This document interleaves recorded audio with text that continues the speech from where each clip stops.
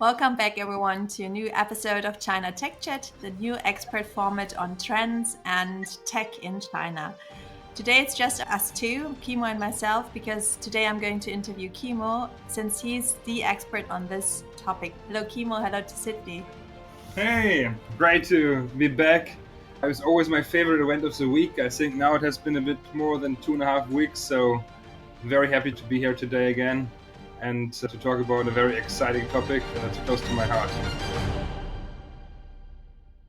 We're going to talk about the VUCA environment in China. So we're going to investigate how firms can achieve excellence in the Chinese high-tech industry. Speaking of high-tech, let's first have a look at how high-tech is defined in China. The high-tech industry in China is defined as a group of companies that are engaged in one or more of the following fields. It can be either high-tech product research, development, product and technical services. But the important thing is that the dominant technology in their products must belong to the identified high-tech fields, the high-tech fields that the Chinese government defines as such. And the dominant technology must include leading high-tech processing or technological breakthroughs. I think the important part here is that the Chinese government says that the product or the field that the company is tackling belongs to the high-tech fields as defined by the Chinese government. So let's have a look at what role high-tech plays in China in general. For several years now, China has contributed more to global GDP growth than any other country. And before the coronavirus pandemic struck, China was often accounted for close to 1/3 of the world's growth. And despite the dip in 2021, when due to the pandemic, China contributed only 1/4 of global GDP growth, it remains important. And it remains important because there has been a shift in China's growth model because of their shift towards the high-tech industry sector. So there's less dependence on property and infrastructure investments now and more dependence on more importance in the high-tech industry sector. And this includes high-tech manufacturing and also consumer spending. Yet coming back to our topic, let's discuss what the VUCA environment is doing to this high-tech sector. And I would like to start off with you, Kimo, defining what VUCA actually is. As you just said, today we picked a super interesting topic: if we are ready for VUCA. And the question is not if you're ready for VUCA, but the question is, are we ready to VUCA as well? So it means, are we ready for a volatile, uncertain, complex, and ambiguous environment? And as we have seen in China today, China has not been very predictable. So in literature, the term VUCA has been defined way back there by the US War College in the early 1990s to describe a world after the Soviet Union collapse. Rogers in 2014 has coined this term, and he stated that the military literature identifies the key learnings, leadership practices from the past, and that culture, trainings, assignments, and knowledge sharing are essential to managing uncertainty in the army organization. So, as Chinese high-tech industry faces unique challenges in an effect of survival and advancement, the situation of being in a life-threatening survival situation in the military and being in the Chinese market, which is shaken by so many events, can be compared, or there are parallels between them. So they equally have to adapt and to strive in a VUCA environment, just like it's the case in delicate military situation. This is also the notion how VUCA relates to the whole business literature. It has been a part of the organizational literature and later became also a part of the strategic literature. We think that now more than ever, the term VUCA and also understanding what best practices can be done in order to deal with this uncertainty is very relevant for China. To just summarize that, what can we draw upon in order to be better and to be better prepared for that? Scholars state that today, due to increasingly geographically and organizational diverse disruptions, innovations, and the ongoing digitalization and dynamic setup is of amplified importance for managing heterogeneity and growth in today's business. And today's business leaders are not only obliged to possess an entrepreneurial skill set and physical ability, but also to perform mental activities, such as in the military, heuristics, controlled mental processing, social cognition, and to create competitive positioning that is fit for the future. Could you give Interesting. some Yeah. examples about that, like in the managerial context? So, in the managerial context, you would say, in the typical Western paradigm, when you face transformation, you would identify that you sense, seek, and seize opportunities. So you see opportunities in Hmm. the context, and you would say that you see what's out there. You would take control of the situation, and then you would capitalize on the situation, which is a very typical model that has been constructed in management. But also, transformation has been widely a fascinating topic for other scholars, such as John Cotter and Leading Change. It all ties together because you cannot just say, okay, it is only about the sensing, seizing, and shaping, or only about the selective heuristics and controlled mental social cognition, but also about change in general. So, for example, if you look at Leading Change from John Cotter, he really highlights how you have to over communicate the change to the other parts of the organization by a factor of 100, that it triples down. So change is not only a problem of understanding and leading it, but also of communication. One of the things is having the right leaders in place that understand the situation, can make the right context, have the resources, and then it's also getting everybody on board and distributing this knowledge effectively. Right. And how does that differ from Western management tactics? Because I'm imagining, okay, let's say an American manager sitting there, they also have to analyze the environment, the market, the threats, the opportunities. They have to formulate strategies and see how they can tackle certain challenges and to push their business to the next level. So, looking at the Chinese style and also now linked to the VUCA environment, more like military tactics, how would that differ? Would you have examples for that too? I mean, first of all, we are not very familiar with what really happens in China. So everything that's in literature is based on the Western environment. So you would say you have management paradigms to deal with uncertainty that are from the Hmm. West. And I mean, this is also one of the big problems that now the world is highly concerned with the rapid changes in China's business environment. And the question is also how to structure business in China and also investments in China in the coming years, having this pressing concern with major operations in China. The research is useful for Western perspective, but the question is here, to which degree can we really understand also what is happening in China and how we can react to the Chinese environment? I think Hmm. one way of understanding or being able to prepare for the Chinese environment is going a bit into related fields to understand cultural underpinnings of China and also what has been taught in the Chinese context, for example, the Confucian context.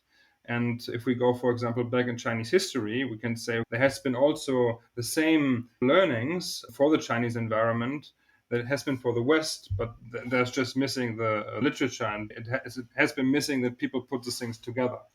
And I would Hmm. say if you look from a Chinese perspective, you have very different underpinnings than from the West. From the West, you would assume that you have the typical ones of division of labor, you have the idea of ambidexterity, that you balance your resources, and also Max Weber. And all these things have influenced the West fundamentally. But we have to understand that sometimes the things that work in the West don't necessarily work in China. And the same is the problem occurs now. Companies are in this Chinese VUCA environment.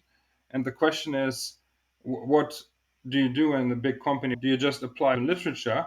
Or is there any problem with doing that? Because literature is based on old white man's knowledge, right? True. So that's the question, right? You have an old white man telling something from their experience, and it's a very biased picture.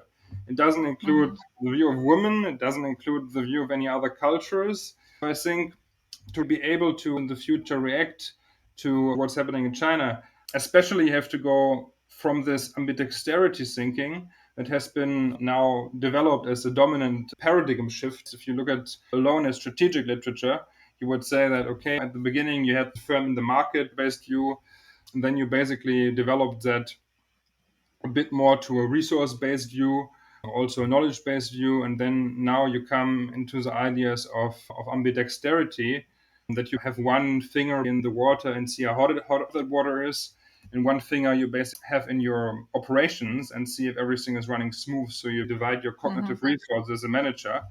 But this worked in the West because there's some sense of predictability in the West, because the market is guided by policies that are to some extent reliable. China is a different animal. China is a different animal because China is so hierarchical structured, and the organs of power have way more influence and can act a lot faster. But also because the society is structured differently, that, for example, you don't have this high amount of individualism. If something is decided and trickles down and happens a lot faster, because you don't have the individuals like in the US who all do the same thing, and you would basically still have more of a balance, right? China, as we've also seen, is a lot of catch and release, a lot of rapid decisions, extreme decisions, let play and then stop play, as we've seen from the government, but also innovation as a very unbureaucratic environment that's very fast scaling. So you have the China speed on one hand, and then you have this cyclical movement, alone from a macro environment, not really compatible to the Western world. And from a micro environment, you have a whole other set of problems. One of them is the concept of phase. In Chinese, it says that society does not allow to talk about weakness. So this is also very prominent in the Chinese management system, as weaknesses are isolated to not affect operations but are never really talked about. And this opaque structure makes it more difficult to have the transparency that you're used to in the West. So the typical SWOT analysis is not even possible. The basic fundamentals of Western management are not working. So you can't really apply the basic concepts. And then you're trying to apply the holistic models, and you're just like, okay, why doesn't that work? Oh, maybe my assumptions are wrong. Maybe the fundamental pillars that the series built on, because they built on a defined and agreed upon body of knowledge, are also not applicable as with SWOT analysis. And one funny story that I heard is that they asked a consultant to optimize operations in a Chinese company. And this consultant said, okay, I'm doing it just the same as I did in the West because I had good results with that. So in order to increase the bottom line, I just look for productivity or reduce the headcount. And this boils also down to the second concept that I want to talk about. It's about the concept of guanxi. And guanxi means goodwill, but also relates to the company of being a quasi family with a business owner. If the business owner in China talks about headcount reduction, then there's something very critical and something that nobody wants to hear. Because you would fire your family members, right? Right, If you would right, let right. them go. Yeah. So that fundamentally changes the dynamic of how a consultant could work in the Chinese context, and also how the Chinese companies are managed in terms of transformations. When we talk about VUCA, we talk about transformative environments where you have fast impacts and fast changes. And if you can't apply the same changes to the environment, then you need a different set of tools, right? You need the right tools for the right job. And the Western go-to methods like this headcount reductions are off the table. So how China do they do it then? When you have a consultant whose task is to restructure a company to optimize operations and he can't reduce the headcount in China, what does he or what does the management, the senior C-level staff usually do? If you can't reduce the headcount, you obviously have to do something else. For example, reduce the material cost. So you just pull different levers. I mean, there are a lot of different things to improve the bottom line in the end. You can reduce material cost, you can improve productivity by motivation. Would it also be a possibility for them to restructure by just assigning certain staff to different projects, like working with the same people but in a different way? Is that what Chinese companies usually do? Absolutely. So instead of firing somebody, you would say, okay, you have a new task now. So you become more of a generalist. This is something that at least I have observed. It also depends on a case by case basis. I think one of the most interesting things is that in this fast paced decisions, you need more EQ. before IQ. When you have Mm-hmm. this transformations, it's important, especially in China. And that's also the last concept, to focus on emotional intelligence and the EQ before you use the IQ. So it's all about this, it ties in with the relationship context, that you see how things pan out in the long term and how you deal with situations effectively without hurting somebody. Productivity in China, to my understanding, really comes from respect. And if you pay the right respect, people are intrinsically motivated, and then they will do what you need them to do. An arm's length approach would be that in the West, like hire and fire, then people are just offended and they wouldn't like to work for you. In the West, it's very normal that you are more like a mercenary. But in the Chinese, or also I think in the broader Asian context, I mean, look in Japan, it's also very stark there that you have Mm-hmm. long-term relationships. The relationship context and the long-term is important, and also to focus on EQ than IQ. Yeah. Because how I look at it from a Western perspective myself is that you have these hierarchy structures at the one hand side, then at Mhm. like clear tasks that are assigned. So people are following their task list. But at the same time, everybody speaks about the entrepreneurial skill set that Chinese companies have and how fast they move and fast they apply new strategies. China speed is a term that everybody's using.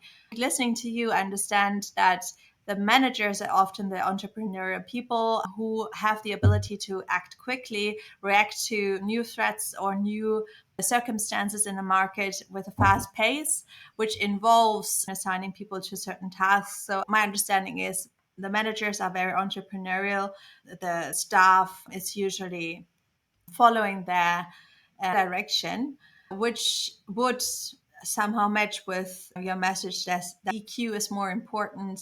In the West, I understand usually a manager is looking for intelligent people with a high IQ that would also find their own solutions and somehow also define their own roles to a certain extent, which I find is one very obvious difference. I think this is, of course, a stereotype, right? So we define Sure. stereotypes in order to what is most likely. But we have, Yeah. especially also from a young age in school in China, that you listen to authority and you're not questioning authority. In the West, from young age, you want to discuss everything Mm. and you want to question things, especially in the US context. Some European countries fall somewhere in between, as like the mediator between those two extremes.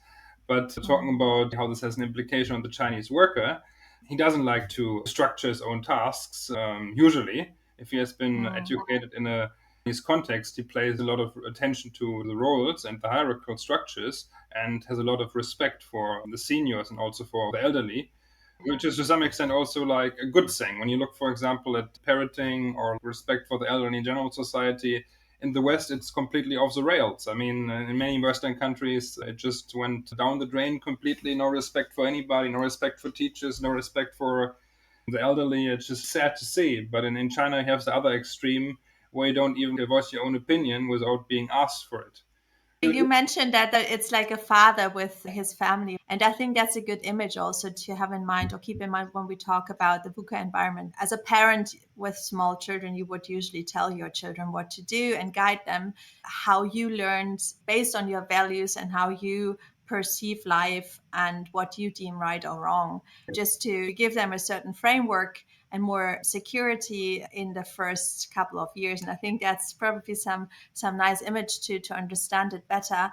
We have a very Western view on that, but also because we're trying to understand, right? Yeah. Coming back to China speed, this is still a somehow unsolved phenomena that everybody's looking at and really impressed by. Yeah, let me mention why China is having this China speed that you just Sure. mentioned before. So we can understand that in Xi Jinping's China, memories appear like shadows, and the country Hmm. refuses to remember and prescribes future without past. This is a quote from Ah Weiwei, a very controversial political figure. But in this respect, he's right, because China Hmm. is moving so fast, industrializing so fast at any cost, without remembering their roots to some extent. I never looked back. And Yeah. you look in the big cities and you don't see a lot of culture. Like in Japan, you see a lot of connection to the culture. In China, you sacrifice that in order to be faster. So the value system is more about being successful. I think there's also a cultural difference. You in the West, you say Happy New Year, right? In Hmm. China, you say, I'm not sure what the Chinese saying is word by word now, but you basically say in the translated, I hope you get rich. That is a wish for the new year. So it's all about progress. It's all about success. And I think you can also find that China is moving fast, but also during moving fast, also have this problem that you can easily be disrupted. We've never seen such disruption before, and there's this also unprecedented levels of volatility and valuation spreads that, for example, UBS has found.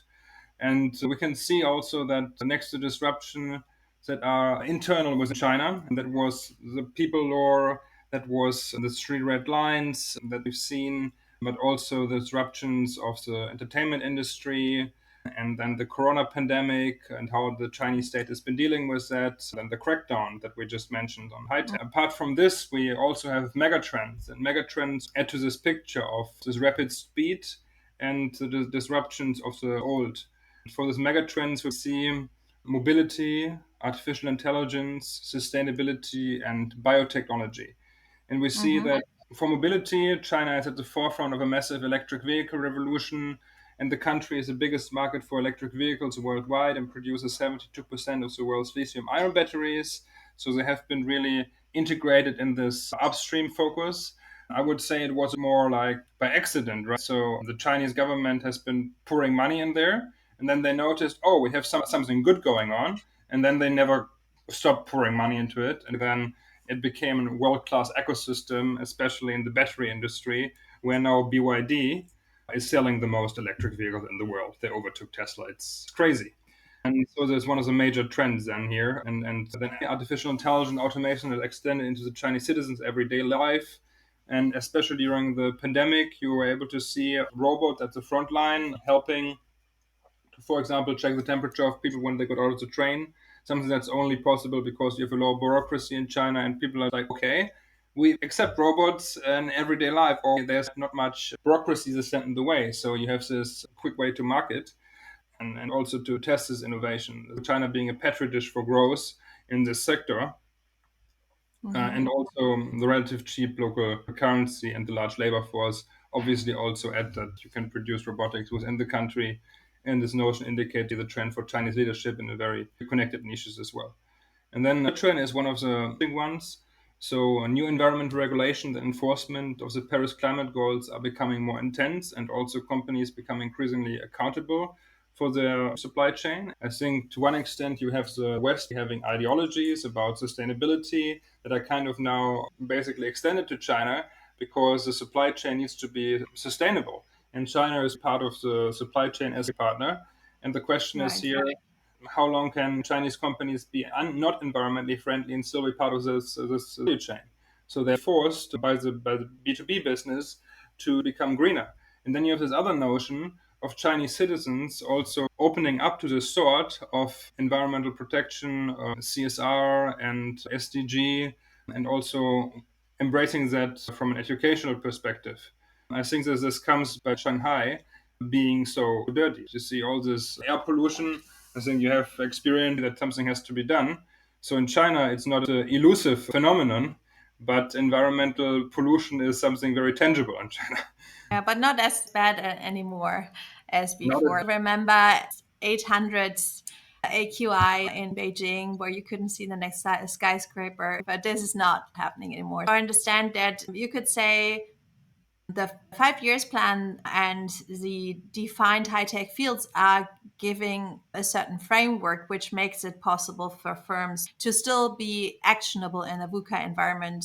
Because when everything's uncertain, they still have the guidelines at building in a certain field, looking at the regulations, at the funding. As long as you look at these things, you can change as much internally with your business, like staffing, launching new projects, stopping old projects, only looking at how you are guided by the government, how you're guided by the managers. And this makes it possible for you to follow your Mhm. path, although the environment is very unstable. Is that the central message? This is one message for Mm-hmm. a very particular amount of businesses, right? The tables are turning. China is seemingly also transforming to be a developed country. And so you have also innovation made in China. And you have this guided funds that propel this innovation. And if you are aligned with the government, you can arbitrage the VUCA environment as it is. And this is also something that I've seen in some of the cases where government involvement has been a factor.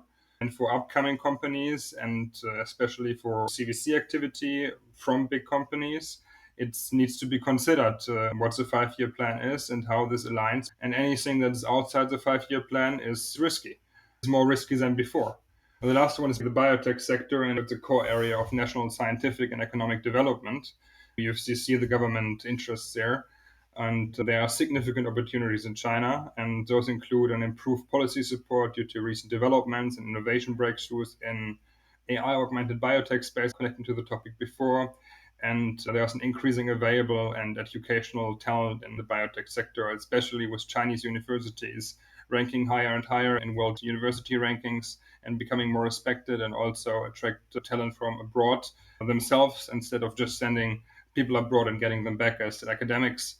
And you see that technology accumulation and long-term government inputs are likely to result in improved R&D outputs in this sector.